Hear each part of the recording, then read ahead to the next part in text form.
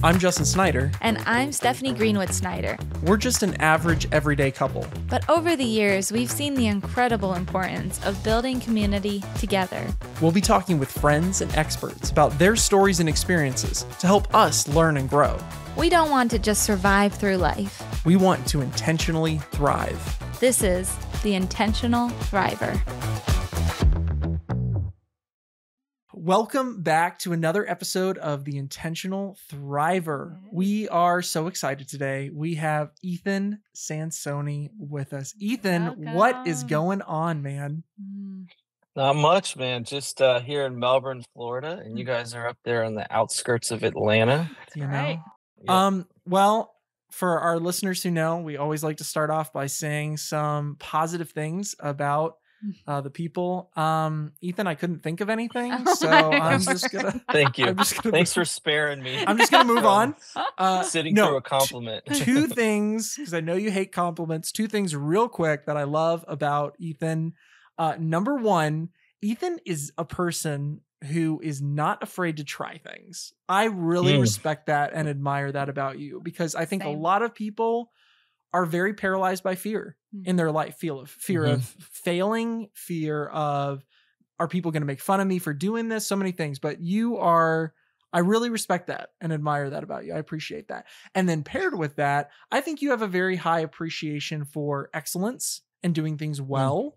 And I think that's a very important skill to have, especially as you're trying new things. And I think I can struggle with that. Yes. Because, perfect is the enemy of good. That's right. And so finding that balance in life as well. And we can talk more about that as we go. But no, those are things I really appreciate about you and respect about you. And I think that you're a thriver in. Yeah. So enough of that. Enough of all that nice talking and things like that. Do you want to add anything? I'll take off. Oh, okay. Yeah, I'll take over. I mean, Ethan's just easy to talk to. That's why we have him on here, and he's genuine and real. He's all right.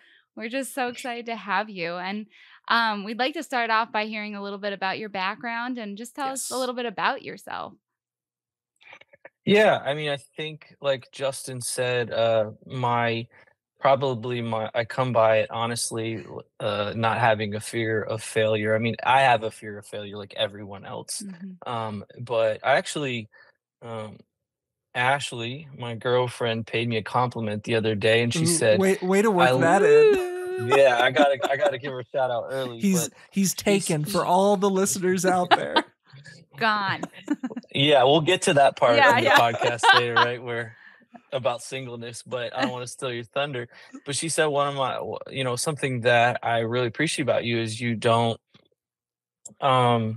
you're not like jealous of other people's success, or when people have things. And I was trying to think about that, because it's like, well, why is that? It's not something I consciously do. Wow. And I was just talking with her, and I was like, well, I just kind of came from nothing, right? Like I came from like a very poor family, not really having a lot. And so like to tell you a little bit about myself, like that is kind of where I came from. We didn't have a lot of money growing up.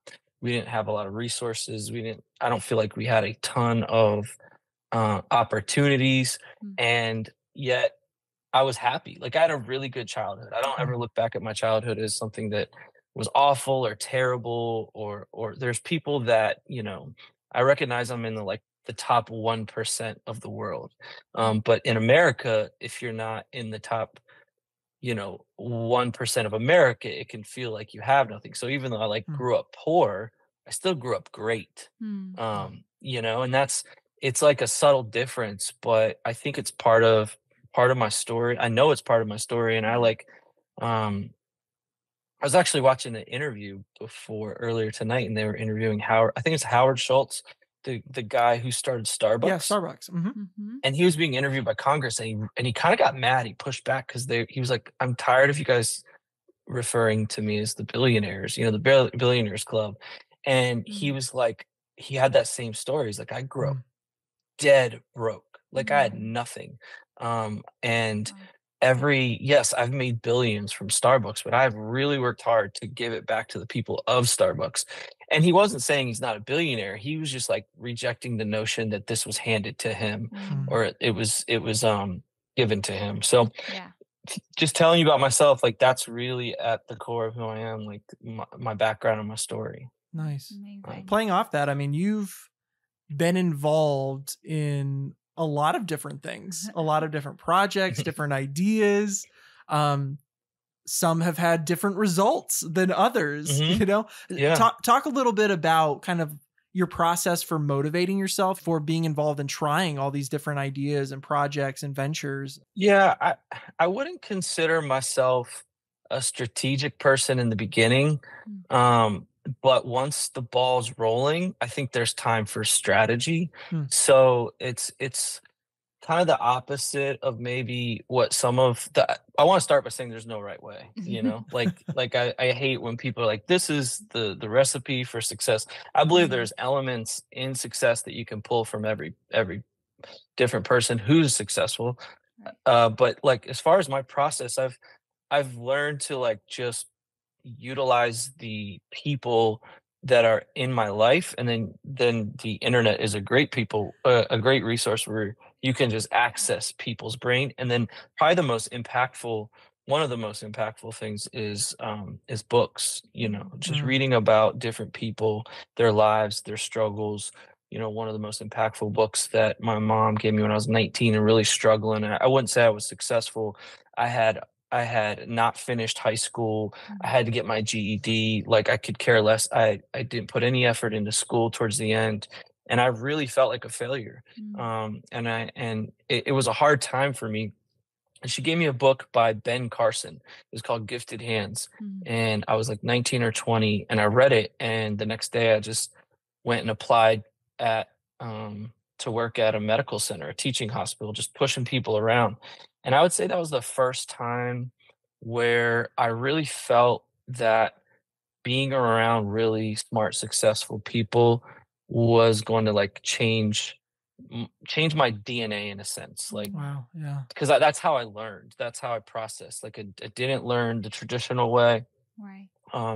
And so for me, like my process is always like, that's a great story of trying different things, right? Like that was just a very impulsive decision. Yeah. Again, no strategy, Right. just reading a Yeah. book. No intention. Who needs intention in their life? Yeah. Yeah. So, But the that's intention kinda- came. yeah, then the intention came. Yeah. So, Yeah, that's very interesting. I didn't really know that about you, but that makes a lot of sense that you learn as you do. And I think that that's something that our current school system sometimes really lacks in helping Interesting. kids that have that lean, you know? And so Yeah. it's just very important to learn your learning style and to lean into that and to encourage yourself in that. And so that might look very different for you versus Justin, who has to research everything black and blue until he can say yes. Whereas I've always noticed that about you, Ethan, is you jump into things and just, especially when you believe in the people, for sure. Like, yeah, and there are pros and cons to that. And I love what you were saying about the importance of people and surrounding yourself with people, because there are times when there's a need for people like you who just jump in, who don't overthink it, who are like really, especially on the front end, like you say, just kind of charge in. And then I think there are people for maybe more like me, who I'm a little bit more of a strategic thinker, and I like to have, all right, all my ducks in a row. I've got A, B, and C lined up. Okay, but I need to have backup plans for A, B, and C. So, you know, all of those things. And I think when you can build a team of people that is composed of those different strengths, that's when you have a really strong recipe for success. And you know, you're talking about Howard Schultz, like there's this course that I like to do called Masterclass, and it's a lot of these different CEOs and things like that. So Howard Schultz has one, Bob Iger has one, Chris Voss, you know, a lot of different, you know, very impressive people. And that's one big thing that a lot of them talk about, is building a team of people that you can rely on, that you can empower, that you can grow with in a lot of ways. So I think I'm glad you mentioned Bob Iger. I read his book, or I don't want to front, I listened to the audio book, A Ride of a Lifetime. It still counts. And that like, where else can you get into the mind of the CEO of the biggest companies, one of the biggest companies in our lifetime, Yeah. and hear his thought process and hear how he makes decision, hear how he took over from a guy like Michael Eisner, hear how he navigated a tragedy on his first day of like a that was the day that he was the day that he was opening Disney in, I think it was China. It was the same day that here in Orlando, a kid died because he got Mm. eaten by an alligator at a pond. Oh, And then to yeah. go to see him later on pivot and figure out Disney Plus and go, we gotta create a streaming service. And so I only say all that because, man, it's all out there. Like all Yeah. the information is there. It's accessible. It's just how you connect with it. Yeah. Yeah. Yeah, but one thing I want to say is like the more successful I think we get, the more I become more strategic. And that's not a Interesting. good thing. You when you don't have anything to lose, it's easier to jump in. And when you have something to lose, you're a little more apprehensive. I think our age and seeing things and spending another year rotating, Yeah. I don't know, do we rotate the sun? Or I don't know how it works, but um We it do it rotate makes you around the sun. Yes, we live in okay, a that's what I thought. heliocentric There's a universe. there's a lot of things There's rotating a lot around of each things other at rotating. all Correct, given yes. times. Sorry, no, the People say Earth, I was incorrect. The Earth orbits around the sun, but it rotates on its axis. yeah, see, So there's you a were lot correct. turning. Yes. Yeah. Yes. You're good. It makes you more at the end of the day, it makes you more apprehensive. Yeah. You become more aware of your mortality. Hmm. The price you pay for failure is higher Mm-hmm. the further the more success you experience. So it's a double-edged sword Yeah. for sure. That's That good. makes sense. And Justin's always been an old soul, so I'm a 90-year-old man in a 30-year-old's body right now, yeah. man. Oh my word. Anyway, you talked about that transition from being more aware of things, and I think that you've also become more of an entrepreneur, right, in your Mhm. older age. So talk about that Mhm. transition in the way of making decisions in your entrepreneurship. Ooh. That Well Yeah, said. it's a tough word. It is. Thank you. Entrepreneurial spirit, Ooh. entrepreneurial. I screw it up sometimes. That's why we didn't Well, name that for the podcast. yeah, We couldn't say yeah, it. exactly. So going back to, I guess, my picking up where we left off about like dropping out of high school Yeah. and then working out of college, I came down to Florida and I started working for my uncle's construction company. And I would say my 20s was a very formative time in my life because that's where I learned a trade, Mhm. and going back like in high school, they made fun of the trade schools. Joke's Yeah. on them. They're making more money Yeah, than exactly. Like it's Well, great to have a trade yeah. now. yeah. Well, Joke's on us, when I I should was say. 20, I didn't know that. I just knew that I would work for my uncle in the summers building docks, and I loved at the end of a hard, like sweaty, hot Florida day Mm. that there was something there that was tangible. Yeah. And I loved working with my hands, being outside, not sitting still. In school you sit still. Here it's like you're moving all day. And so that was probably my first real introduction to being part of a small business, a small family business. So I was entrepreneurial in that sense, all Mhm. in my 20s, Wow. even though it was just a smaller company. Yeah. So I've always been fascinated by small business. If it makes sense, Justin, like the things that you complimented me on at the top of the show, I think that's just the way I'm wired. So there are Mm. certain sector, like if you're a researcher and you love researching, there's whole fields where Yeah. you'll be good at, like That's right. Yeah. people want you to research for them and they pay you. So I think that's important, like for kids, high schoolers, like what are you good at? That's Mm. okay. Yeah. I love Can you that. talk a little bit, Ethan, about, and we talked a little bit about this at the very beginning, but the role that failure kind of plays in success? Because obviously when you're trying new things, there are going to be times that you fail. There are going to Yeah. be times that it doesn't work out, mistakes are made.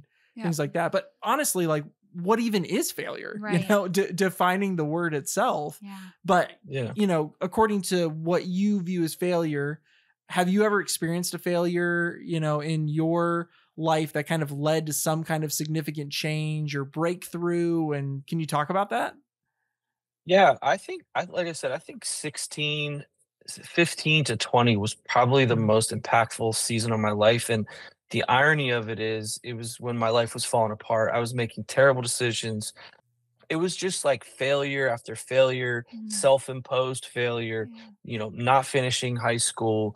And so it was really good for me Hmm. because ultimately, like, it caused me to feel a feeling that I've seen other people who were way smarter than me and way more disciplined and way more obedient really make a lot of right steps in life. Mm. And they may make it 20 or 30 or 40 years old, and they experience a failure, and it is so jarring. It Mhm. is so, like, earth-shattering. Like, they don't have the tools to be able to deal with a failure. Some Mhm. failures are Right. self-imposed, some failures are not. So for me, like, that was probably the most valuable outcome Mhm. of being such a bad kid, was like, wow, I've really backed myself into a corner Yeah. and kinda, like, put myself in a position where I'm behind the 8 ball and I gotta do something. And so I think later on in life, those kind of like scars of like, you know, you don't ever want to put yourself in those positions, but let's say you do something and you fail. Yeah. Well, I've kind of felt that feeling, and you still live on the other side of it. Like, you Yeah. still wake up the next day, God willing, you know, you still can go get a job or try something new. So I think that was like part of the sauce, I guess. And if you kind of like listen to anybody that's successful, they all have those stories, you know, Yeah. they all have those stories of failing. And any great person that we admire, once you dig into their story, you're gonna find some failure in there, Sure. and it's how they kind of responded to it. Yeah. Can you It's expand on that a little bit, talking about, I think that's a great, very applicable example of someone who has been very intentional about making right steps in their life, and then they do come in face to face with a failure, which everybody does at some point in their life, Exactly. and it shatters them. Finding that balance of, oh man, does that mean I have to, like with your story, I have to go and I have to experience all these scars and go through all this pain and hurt? What would you say to someone who's like, man, I've really tried to make good choices. I've tried to be very intentional with my path and my journey, but I am afraid of failure in that way. Like, how would you Mhm. encourage someone like that? What advice would you give them to strike that balance of, hey, you can learn from the mistakes of other people without experiencing them yourself, but at the same Mhm. time, don't be afraid of making mistakes, you know? Well, don't Yeah. answer your question. Did I answer Go that question? ahead. I'm so sorry. No, I want to hear asking. Ethan. I'm processing No, it in my I'm I brain. hear I'm that. trying to picture the type of person you're describing. You know, the first thing Us. I Look okay. at that. Me. Literally, I told my therapist last month, I don't know what failure is. And she goes, did you know that failure and mistakes are different? And I started bawling. And I said, Oh, no, I didn't know mistakes were not failures. So what would you say to us? Yeah. I mean, I would say, I don't know if you know the latest craze is like these cold plunge sauna, these cold plunges where people do these Yeah. ice baths. Are you aware of these things? Yes, I am. Okay, Oh, okay. Yeah. so I'm assuming it's That's a on thing. the Facebook or the TikTok. so Justin, I'll bring you up to speed. In the past couple of years, something has surfaced that is like everybody, you know, and it's not new. It's just new to America. Right. And I feel like Sweden or Finland or some of the cold countries have been doing it for years. Yes. It's really good, like, for longevity. It's basically sitting in cold water. Mhm. It's called a cold plunge, and they probably do it in their lakes and stuff over there. But it's caught on here in America, and there's these athletes and just people that want to like live healthily, like they get saunas and they get these cold plunges, and these cold Mhm. plunges are these tubs that go to 54 degrees or even 38 degrees or somewhere. And there's a place around the corner that does it, and I do it a couple times a week, and you go in Oh, there and you wow. freeze for like 2 to 3 minutes, and then you get out and there's a sauna, then you go in the sauna, and then you go back, and you're supposed to end with another kind of like cold plunge, so that as you're leaving, your body has to fight to get warmer. And it does so many things, like burns some calories and helps you with sleep and helps recovery, like with your muscles and stuff. And I'm telling you all this because I just got into it and I was excited, and I was like, I didn't work out for like a year or two. I don't want to blame my new relationship or anything like that, but sitting on the couch We love watching you, movies Ashley. is real. Yeah, I love you, Ashley. So anyway, I started working out again, and I'm like, find this cold plunge place, and it's just helping me. Like, you're so sore. It's like getting ice on your whole body, and the swelling goes down. And I'm really excited. I'm like, I found the ultimate hack. And then they release these studies, and it's like, you're not supposed to go cold plunge after a workout. Oh. And it's like, why? Well, the trauma your muscles experience after a workout, your body's supposed to feel that and absorb that. And you're not supposed to hack that and move past that. And it was really interesting. It's kind of like that, I feel like, with failure. Like, you wanna fail because that's how like biology works in our muscles. Like, your muscles are fatiguing and they're failing, and then they grow. They fatigue and they fail and they grow. Right. So I guess what I would say to people that aren't is, like, try something harder than you're doing. You know, not just you guys specifically, Right, but right. just in general. Like, reach further than you're reaching. Yeah. You know, reach beyond, go to failure. Almost like that's working out. Is there are some people that, like, they work out until failure and then they're done. So I don't know how to force failure in your life, but I think Right. what you're doing right now with this Oh yeah, this kinda like podcast is definitely going to fail. So we're well, No, yes, I I think know this what is you gonna mean. fail. Our Definitely. move, Try- our transition, like, this in is definitely out of our careers. comfort zone. Are you talking about the Yeah. podcast, or like that we just moved and we changed careers and we All of it. Just kidding. I mean, I think what you did was awesome. Like, Yeah. I think moving to Atlanta, to one of the fastest growing, places where a studio's at in the movie Yeah. production industry Yeah. is a great example of, like, you guys you're putting yourself in a position that's uncomfortable, and you Yeah, guys are yeah. experiencing growth, and that's like, So that's a okay. great thing. That's a great way to put it. Like, Yeah. exactly like you said, how to try something that's harder than what you're currently doing. How do I get out of my Yeah. comfort zone and put myself in a position where I am going to make mistakes? I'm going to put Mhm. myself in a position where Yeah. I'm not going to be the best at this. Yeah. But that doesn't mean Mhm. I just walk away. It means I try again, and I get better, and I get better, and I get Yeah. better over time. It's Mm. really Yes. good. It's good. Yeah. Yeah. I work with these people, Mm. people like that are smart and successful like you, and they struggle with not getting it perfect. Mm. And Yeah. it's like, I've never been perfect. So, but I'm like you, Justin. I want perfection, just Yeah, like the you next do. person. I think I've been very intentional with our child. She's 3. Well, I know. Children, I hope. Well, but we specifically, have 2 of them. yeah. So we've been working on when I make a mistake, I say, "Oops, mommy made a mistake," and I've been trying to, like, really voice that to her. That's good. And Mm. so now she'll go, "Oopsies, I made a Yeah. mistake." And like, Yeah. I'm not trying to downplay a failure or a mistake. Like, there are certain things that obviously, no, that was disobedience, or, things like that. Right. But I think I'm trying to normalize that, but you tried Mm. something new, that you tried Yeah. to do something that, like you said, was out of your comfort zone. And I know that's such a small, but that's a big win for me, because I've been paralyzed by. Yeah, well, that's a really good analogy, and I think another factor to consider is the idea of consequences. That to me is a very interesting balance. And again, we love that word on this podcast. That's probably one of our favorite words, balance.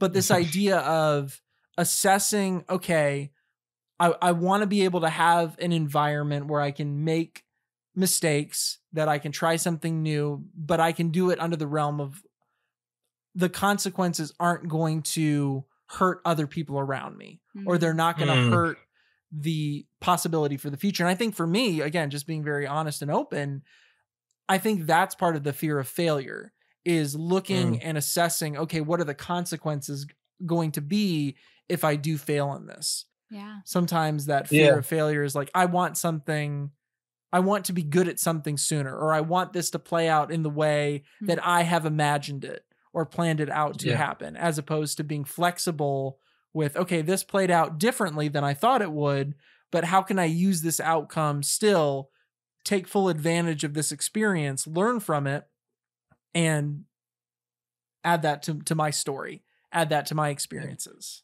you know? Yeah, I think identity, it's we're really just talking about an identity thing. You can fail, but not be a failure. And I think people need to know that. That's Like good. the thing you tried failed. You are not a failure. That's the hardest thing for us to separate in our minds. So hard. Yeah, and we're really, really resilient, like as human beings. Like if you play through this idea or this business or this attempt to eat healthy or lose weight or run a marathon or whatever it is, like go ahead and write out the worst possible outcome.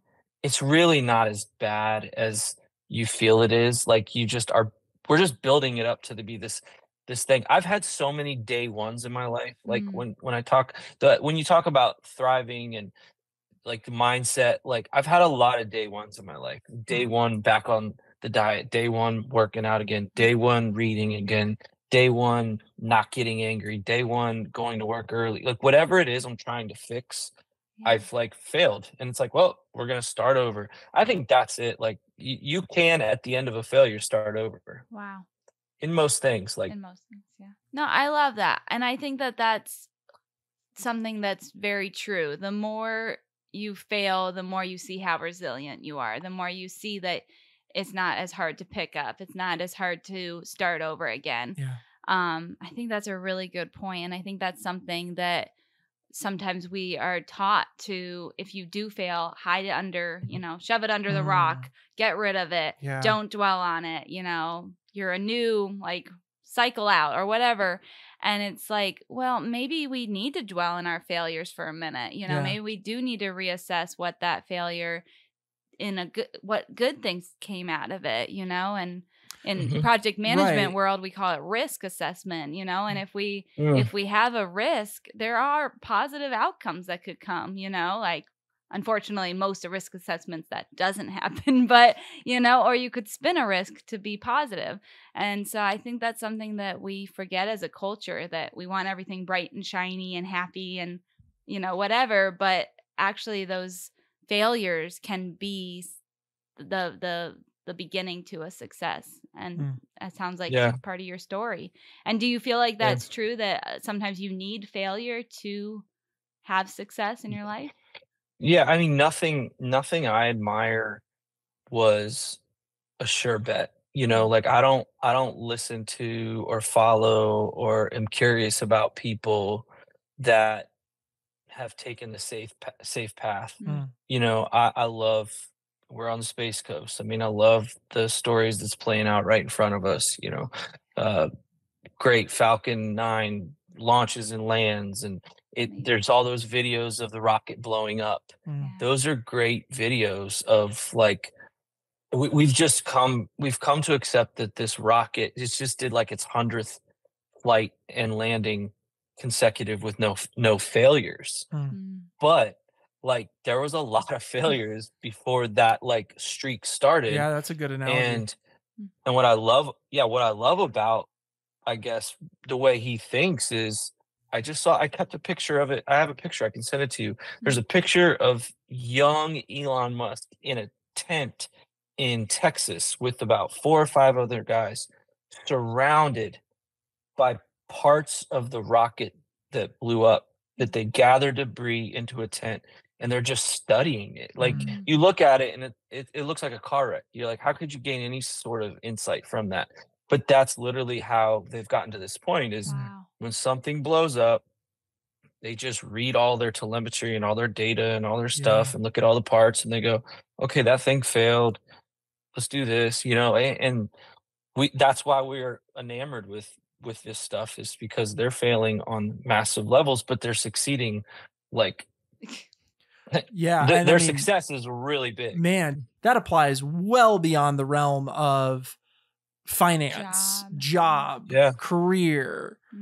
entrepreneurship, whatever it may be, that applies in relationships as well. And not just like with significant others, that's with family, that's with like any real long lasting relationship. That's true of marriage. Like you're going to fail in your marriage. You are going to make mistakes in your marriage daily.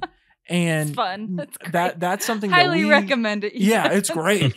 No, but that's something that we had to learn very early on. And this kind of goes back to what you were saying, Ethan, about identity is like, I can't be everything to Stephanie.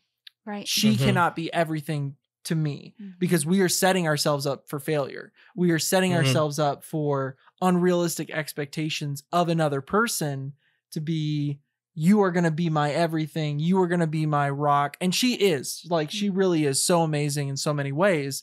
But at the same time, that's a lot of pressure to put on another person. That's unrealistic. Like I need to have within myself an understanding of who I am. Obviously my faith is a big part of that, and understanding my identity and how I view myself outside of, just and being with another person, and consistent self and mental care too. Yeah. Like that's a huge one. But and I feel bad. Like I'm not picking on you with this, but you've been single for a while. I mean, you're dating now. I feel like there can be like a little bit of this stigma of, oh man, if you're not with someone, or man, you're what, in your 40s, 30s, whatever you're at. Oh man, you're not married. You don't have a relationship. Oh, what's wrong with you? You know? I feel like there can be some of that cultural pressure on people. Can you talk a little bit about that? Like, have you experienced that? Have you felt that pressure of like, oh man, to truly be successful, you need to be in a relationship, or if not, something's wrong, or you know what I mean? Yeah. So I'm glad you asked that question. There is no area in my life where I have felt like more of a failure than when it comes to a relationship like that, like a significant other, marriage, all those things. That's something that I've struggled with kind of not my whole life. I don't like when people say that, because like, what'd you struggle with at one? You don't even remember anything. Your brain's applesauce. But like my parents got divorced when I was 15. And so I feel like something I kind of took from that was I started holding on to a relationship so tight. Like you were talking about, Justin, I would expect the other person to make me happy. I would expect the other person to complete me. I would expect the other person to understand me and be patient with me. And so I honestly, it's taken me, this relationship I'm in right now is the healthiest relationship I've ever been in. That's awesome. Because I'm healthier than I've ever been. That's right. I've not arrived. I have a ton to grow and learn, but I ruined relationship after relationship because I did all those things that you said you shouldn't do within a relationship, because I was so afraid to fail. I was so afraid to lose. I was so afraid for things to fall apart that it was like this area in my life where failure was just terrifying to me. Losing somebody was terrifying to me, and that's all I could think about. That's all that's consumed me, and it ends up destroying you and the person you're with.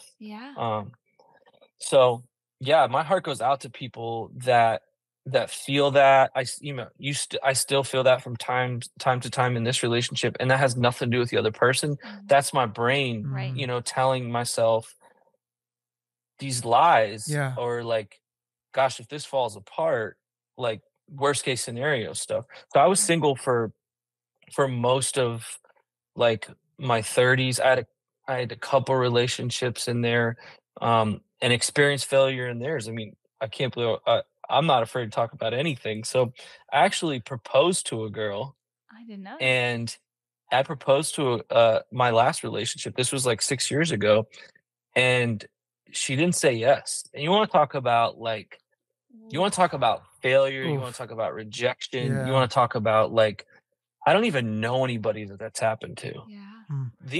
One of the most significant time frames of my life as far as growth occurs came the 2 years after that. Wow. Wow. It was on the other side of that where I was just devastated.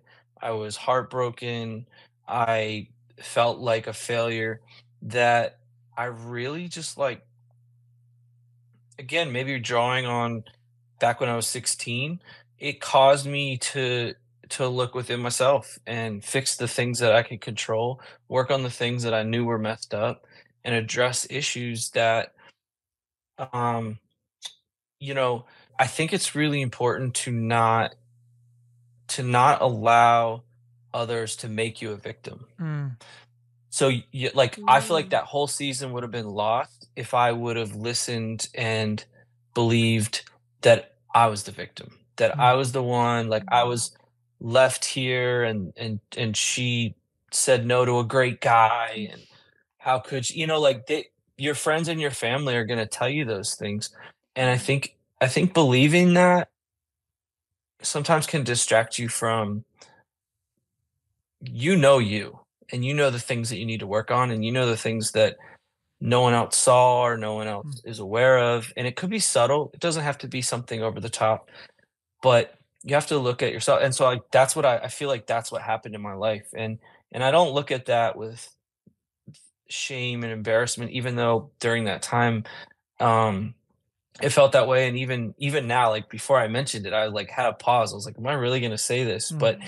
it's like I said, it's part of what it's part of why this relationship is so good. Yeah. Mm.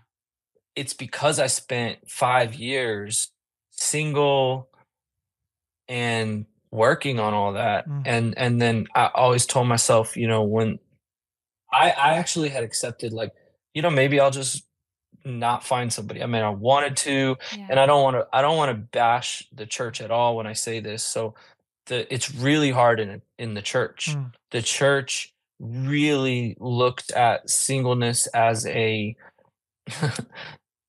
as a disease, as something that Mm. needs cured, as something that needs as a problem to be solved. And I'm just speaking in general, like Yeah.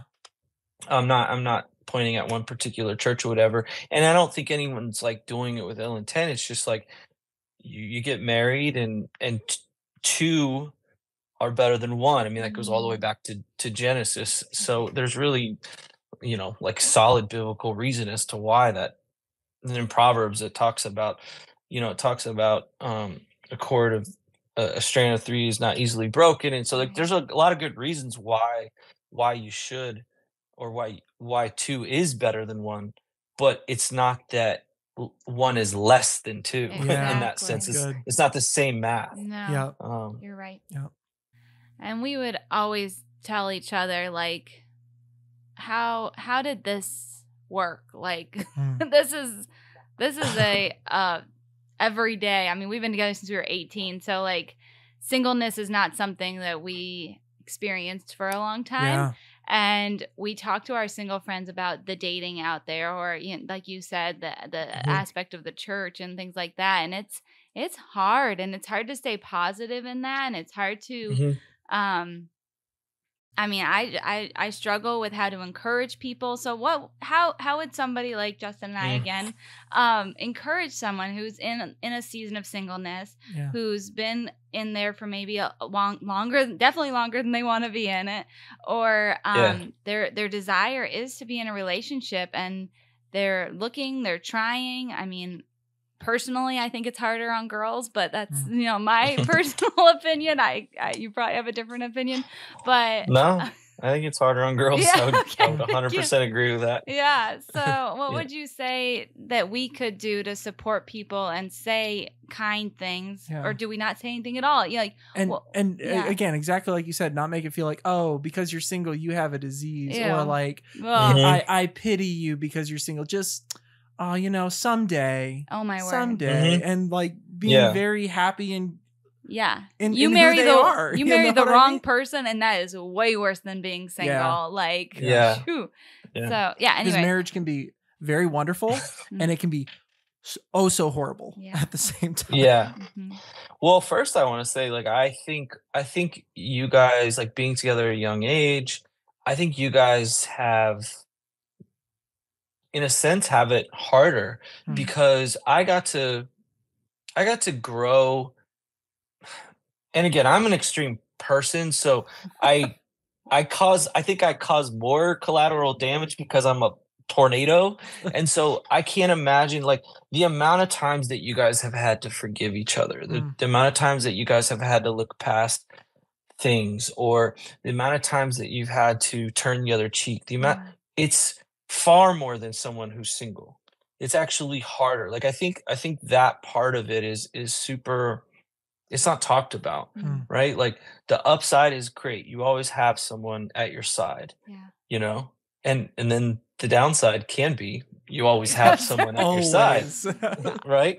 So I think when you're talking, I would first and foremost, if I would talk to someone that was 30, 35, 28, 40, and they would go down, if they would start to go down the pity victim road, I would let them go down it for a little bit because I did the same thing, but I wouldn't let them live there. You know, I would acknowledge like that their loneliness is real, that their fear of never finding someone is real, and I would actually, like, for me it has helped, like I would actually play that all the way out. Like there was definitely, like, I definitely got to a point where I begrudgingly accepted the fact that I may never find someone. And it wasn't, it became less scary, if that makes sense. The first time you think that, it's the scariest thought you could have. Nobody wants to be alone. I mean, I remember when it was early on, I mean, every Friday would kill me. Fridays when people go on dates, Saturday, weekends, holidays, Valentine's Day, Christmas, just there's a million things that when you're single, third wheel. Like there's all these moments where you just feel it, whether you when something good happens, like who do you celebrate with, you know, affection, like there's some very biological, like, affection things that are not to be just like toughed through. I mean, if you're single, you're really not experiencing like a hug, like an intimate hug or a kiss or a holding of hands. Like there's some real struggles there that I think nobody kind of wants to talk about, but it's very like it's visceral, you know. It's biological. So all that to say, it's not, you're not going to die. It's not the end of the world. You have a tremendous amount of time to work on you. You have a tremendous amount of time to pursue your dreams. You have a tremendous amount of freedom. And nobody, I am saying this and I'm hearing myself say this and I'm hearing people say this to me back when I was single, and I'm like, blah, blah, blah, blah, blah, blah, blah, you know, like, whatever. But it's really true. You're gonna most likely find someone, and the time to work out or work on yourself or read a book or go on a trip, it's not that it's gone, it's just changed, you know. And it's harder in a relationship to do those things so freely.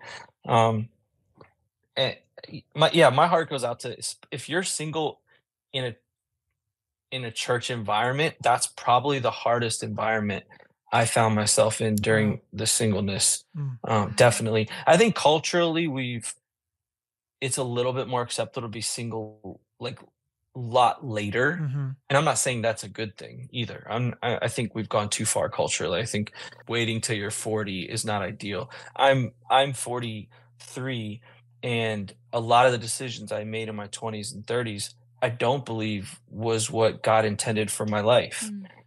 And that's the other thing. I think you can say that, but also not feel like you ruined God's plan for your life, or that now you failed and it's over. That's not what I'm saying either. So I love that. Thank you so much for being so vulnerable. Oh my goodness. Yeah. Thank you. Because that's a hard question for me to even ask, to be honest with you, because it is so personal and it is so tied to, I mean, from a woman's perspective, I literally had a nightmare last night that I was single and dating, and like that's, and I have been in a relationship for 13 years. I can't imagine dating. Like that. Oh my word. It's hard. Yeah. And especially me being in my 90s. Like I'm just not built for the dating world, you know? No, You're not. it's brutal. It is so brutal. Yeah. And you guys know what it is. I mean, as far as chemistry goes, like there's this element that we can't control, you know, that is chemistry, that is connection, that's the frustrating part of it, you know. If your nightmare was true and you started dating, you would probably, well, Justin, you should close yours, but you would probably meet guys that are cute, or you would probably meet guys that are smart, or guys Right. that are intelligent, or guys that are funny, but that doesn't mean you connect with them. Exactly Like right. you are so out of control. That's hard. Well, Ethan, I'm going to ask you my favorite question that I love to Okay. ask everyone. And that is, like, with all that in mind, with everything that we've talked about failures, successes, experiences, all of this stuff, like, what does it mean to you to intentionally thrive in your life? That is a tough question. So I'll do my best. So I think when I think about like thriving, I know you just used that word and you said it's your favorite word, balance. Yeah. I find balance to be elusive and essentially almost unattainable. But when I think about like thriving in my life, it's kind of like a double-edged sword. Justin, as a perfectionist, I think about what I want and what I want to become and all this balance that I want to achieve, you know, my health, my spiritual health, my mental health, my physical health, my emotional health, my career, my relationships. Like I'm like every other person, I want to be batting 10 out of 10 in all those areas. So it's like this, like I'm striving and achieving for these things. And then there's the current reality of like, I'm not thriving if that's my definition of thriving, and it is, but it's also the where I'm at is really good. I think there's like a gratefulness factor that anyone who's thriving, you'll find that they're extremely grateful. They're extremely grateful for the season of singleness. They're extremely grateful for that being rejected and not getting married to that person so that I could work on myself. I'm extremely grateful for not finishing high school. I'm extremely grateful for not knowing what I wanted to do and floundering and figuring it out in my 20s and working construction and it almost appearing as if I wasn't going to be a success. I'm extremely grateful for all of those things because I feel like that if I learn to thrive, because I mean, the illusion is that once I get the good health and the good relationship and the great job, that now I'm thriving. And the reality is, I'm still the same person inside. Like I'm still me. I'm still thinking and believing that it's these things that cause me to thrive, and it's not. It's literally like it's inside of me. It's my perspective on the world. And you guys know people like this, and I know people like this who have these attitudes of this extreme gratefulness. And oftentimes it's people that, I know people in wheelchairs or people that are homeless or people that are, have lost a loved one. And like my life is, if you look at the averages, it's about half over. So if all goes well, I'll live another 43 years. And in those 43 years, I can almost guarantee some things. I'm going to deal with the death of a loved one, someone very close to me. I haven't had that happen yet. This sounds bad, but like, I don't know if it's 1 in 3, but 1 in 3 people get cancer. I mean, there's Alzheimer's, there's dementia, there's accidents, there's loss of jobs. There's so many things that are in my future that are real. Like, I don't think it's healthy to not address the fact that these things are coming. I don't think you should be doom and gloom. I don't think you should meditate and focus on it. But the reality is, whenever that happens in my life, I'm going to look back at this moment and be like, that was a good time of my life, man. Like I was thriving. Like I don't know why I felt as if I wasn't, Right. And that's one of the things that like stops me in my tracks sometimes. I'm like, hey man, you got some things coming in the future, and you need to be very thankful for you'll wish you were here Yeah. then.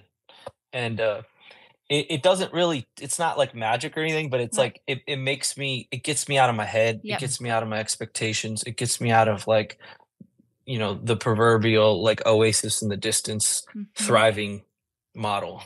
Yeah. I love that. That is such a good, healthy thing to do.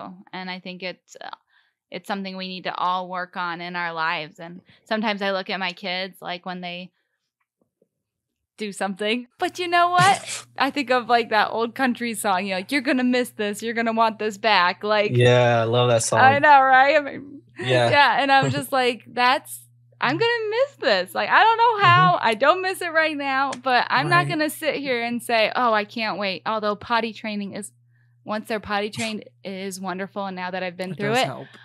I hate diapers. But I'm not going to sit here and wish that away. Right. Or say like, oh man, I can't thrive in this season because of the kids are in diapers right now. As soon as X, Y, and Z, because you're always going to be chasing that. Yeah. There's always going to be another, oh, if I only had this, or as soon as this, circumstance changes in my life, then things will line up. Then I can thrive. Then I can do that. Yeah. Yeah. Yeah. And not to go like downplay it, but there's always someone else that would give anything to be in that stage. 100%. Like, I know people that would give anything to clean up a poopy diaper, Mhm. and that's Absolutely. not where they're at right now. Yeah.